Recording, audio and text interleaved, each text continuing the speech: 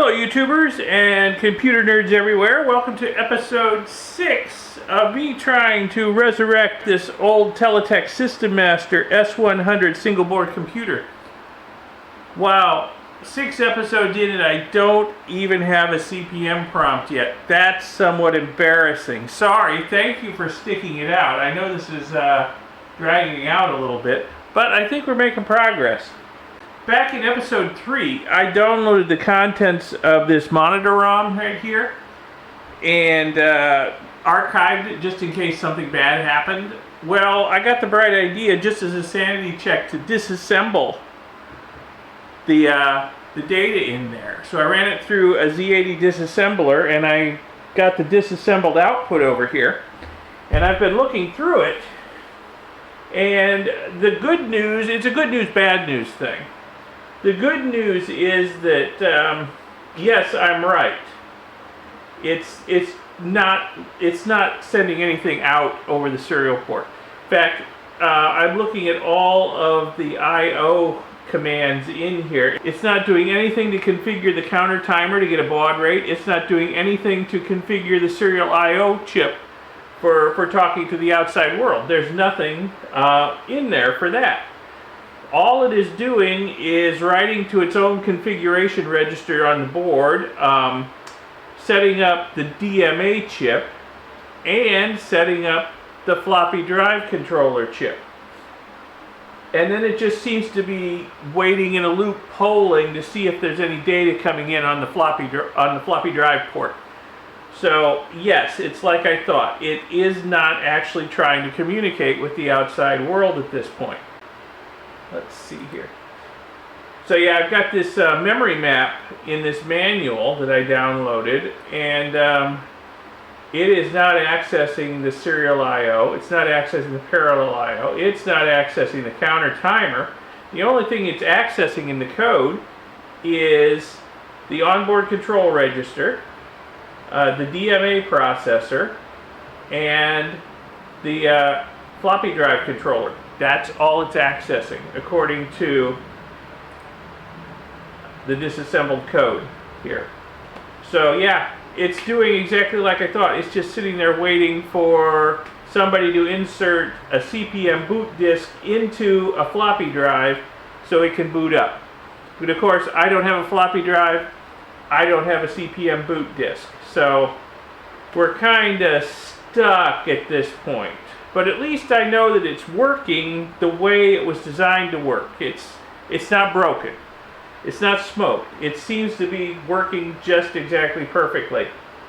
So, where to go from here? Well, I thought about some things. I thought about, tweaking the code a little bit in this monitor ROM. I mean, my programming skills are a little rusty, and I was never really that good at bare metal programming, but I could possibly tweak the code a little bit, burn another EEPROM, put it in here, just do something simple like, hey, I'm alive, print hello world on the screen while it's waiting for the boot disk to come in.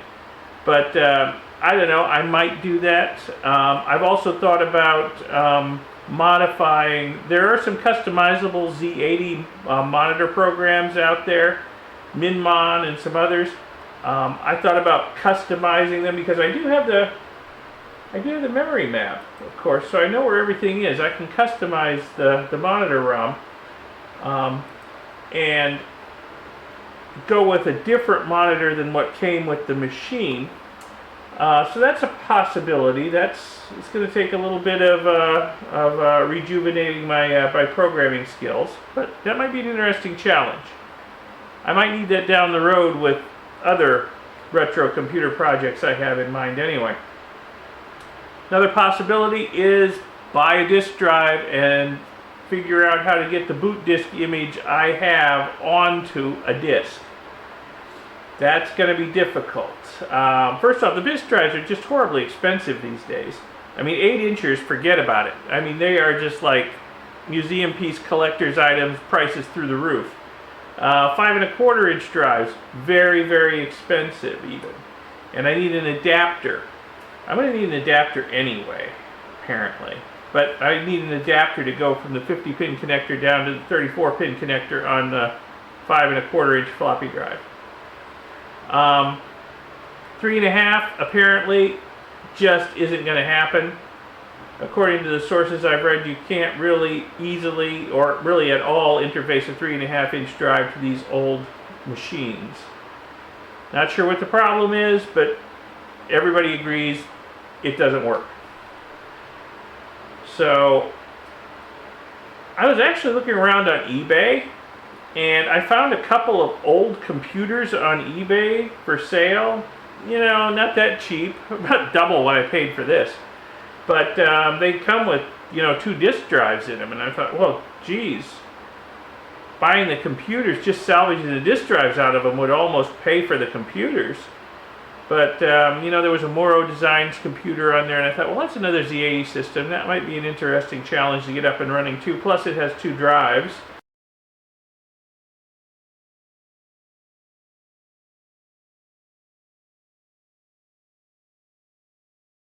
So that's an idea. I've got that on the back burner. I'm watching it. I'm not ready to pull the trigger yet. A couple of old IBM PC compatibles that had dual drives.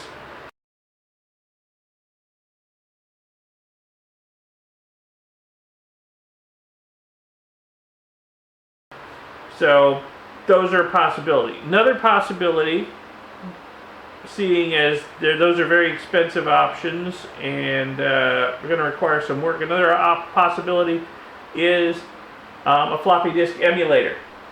And I have actually bought a Gotek emulator.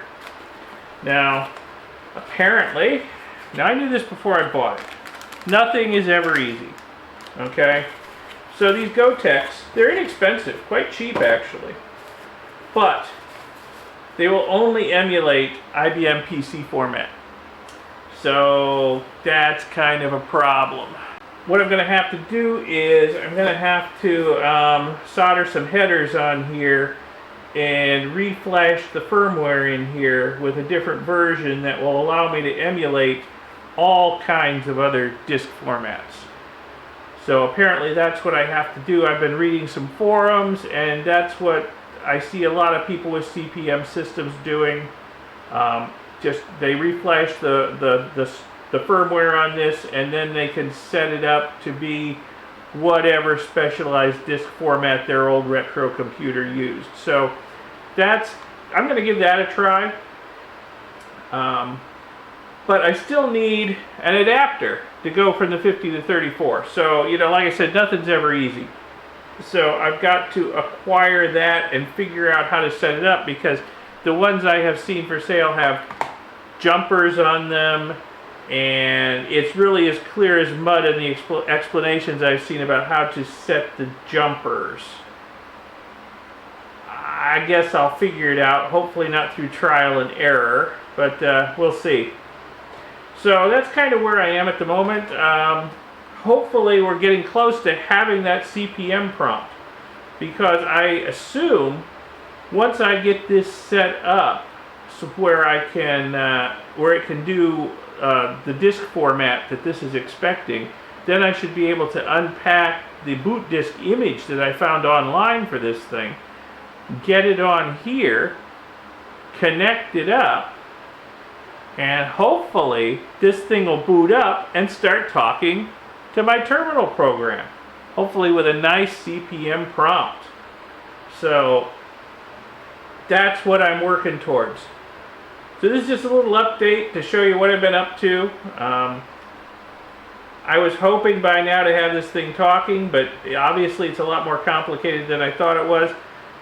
In the future, when I take on a retro computing project, I'm gonna know now that it's not that easy.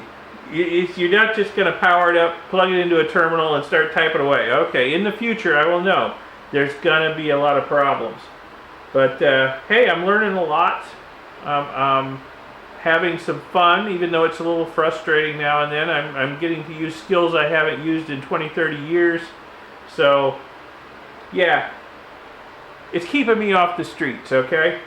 Hopefully next time I'll have some more progress to show you. So until next time, thanks for watching. Subscribe to see those future videos when they come out. Press the little bell icon to be notified when those videos come out. Give this video a thumbs up if you found it at all interesting. Give it a like, and I'll see you next time. Thanks for watching. Bye.